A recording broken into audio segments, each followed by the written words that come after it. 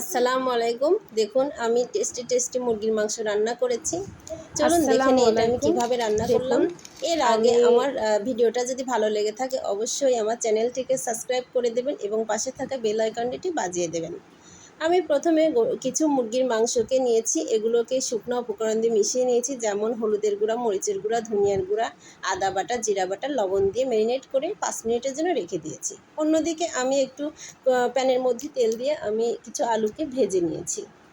দেখুন এটাকে আমি লবণ দিয়ে ভেজে নিয়েছি যেন ভিতরে একটু টেস্ট বেশি লাগে।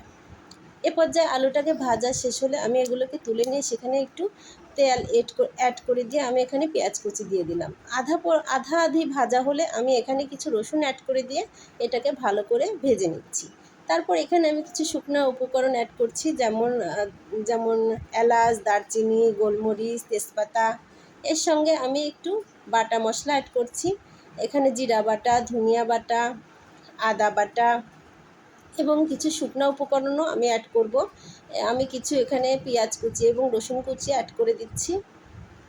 এখানে শুকনো উপকরণগুলো অ্যাড করছি, যেমন মরিচের গুঁড়া 1 চামচ, তারপর হলুদের গুঁড়া 1 চামচ, ধনিয়ার গুঁড়া 1 চামচ।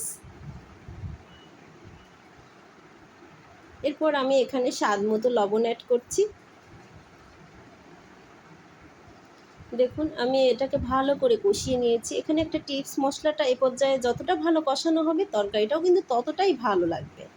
আর ম্যারিনেট করে রাখলে মাংসটা আরও কিন্তু বেশি মজা হয়। এ পর্যায়ে আমি ঢাকনা দিয়ে ঢেকে ভালো করে কষিয়ে নেব মাংসটাকে। অন্যদিকে আমি একটি মশলা বানিয়ে নিচ্ছি। এখানে 5 ফোড়ন নিয়েছি, হালকা একটু মিষ্টি জিরা এবং দেশি ছোট জিরা নিয়েছি। এগুলোকে আমি একটু তায়ে টেলে নিচ্ছি, নিয়ে আমি ব্লেন্ডারে গুঁড়া করে নিচ্ছি। এই মশলাটা, এখানে একটা টিপস, এই মশলাটা দিলে কিন্তু দারুণ সেন্ট হয়। অন্যদিকে আমার কষানো হয়ে গেছে মাংস, এখানে আমি ভেজে রাখা আলুগুলো অ্যাড করে দিচ্ছি। আলুগুলো অ্যাড করার শেষে আমি আরেকটু ঢাকনা দিয়ে ঢেকে রান্না করে নিচ্ছি। দেখুন অনেকটাই আমার রান্না হয়ে গেছে। এ পর্যায়ে আমি কাঁচামরিচ অ্যাড করছি। এটা একটা টিপস যে কাঁচামরিচ যদি হওয়ার আগ মুহূর্তে আমি একটুখানি মাঝখান দিয়ে একটু ফেলে দেই, তাহলে এই কাঁচামরিচটার স্মেলটা তরকারিটা দারুণ আসে এবং কালারটাও কিন্তু দারুণ হয়। ঢাকনা দিয়ে ঢেকে আমি আরেকটু রান্না করে নেব। এ পর্যায়ে আমার রান্না শেষ হয়ে গেছে, আমি ভাজা জিরার গুঁড়াটা অ্যাড করে দেবো। এই ভাজা জিরার গুঁড়াটা হওয়ার আগ মুহূর্তে অ্যাড করলে দারুণ একটা সেন্ট আসে এবং খেতে দারুণ মজা হয়।